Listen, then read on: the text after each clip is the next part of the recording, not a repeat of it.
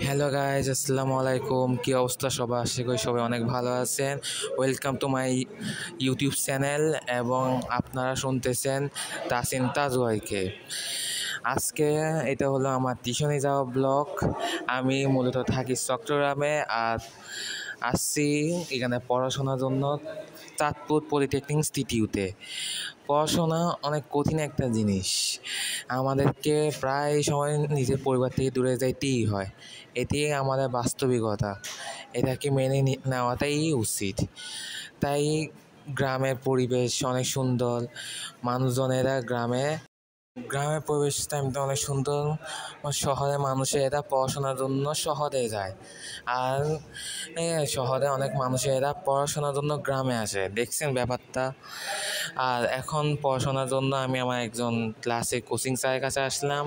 এই হলো সেই কোচিং স্যারের বিল্ডিং। স্কুল লাইফ শেষ হয়েছে প্রায় 1 বছরও বললে ভুল হবে, অনেক দিনই হয়েছে।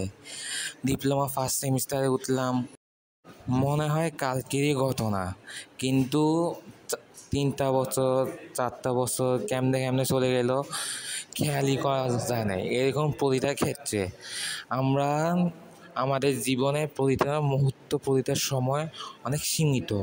এই সীমিত টাইমের মধ্যে আমাদেরকে যা করার করে নিতে হয়, কারণ চোখে পলকেই আমাদের সময় কখন কোন ফাঁকে চলে যাবে ঠিক ঠিকানা নাই। তাই আমাদের প্রতিটা মানুষেরই উচিত আমরা যে সাবজেক্ট নিয়ে পড়াশোনা করব বা যে কাজে নিয়োজিত থাকবো সে কাজে ফোকাস করা। সো গাইস, আমার কোচিং শেষ, এখন আমি আমার রুমের দিকে আসতেছি। মেইন কথা হলো পড়াশোনার জন্য আমাদেরকে একটু দূরে যেতেই হবে। অনেকে ভাগ্য ভালো যে তারা তাদের পড়াশোনার জন্য তাদের বাসার পাশে সুযোগ পাইছে, কিন্তু আবার যারা দূরে থাকে, যারা কাছে থাকে, তাদের চেয়েও বেশি ওরা কষ্টের মধ্যে থাকে, কারণ তারা কখনো মাতার পিতার থেকে দূরে থাকে নাই। মাতার পিতার থেকে দূরে থাকা হলো সবচাইতে বেশি কষ্টের একটা কাজ।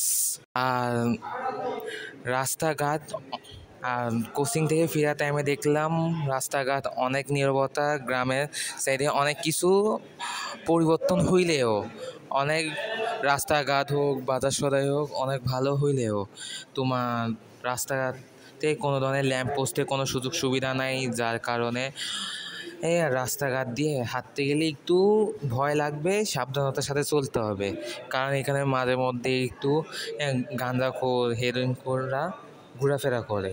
সো গাইস, তাহলে পৌঁছে গেলাম আমি আমার রুমে। আর আজকে ভিডিও একটু পর্যন্তই। সবাই ভালো থাকবেন, সুস্থ থাকবেন। আল্লাহ হাফেজ, আসসালামু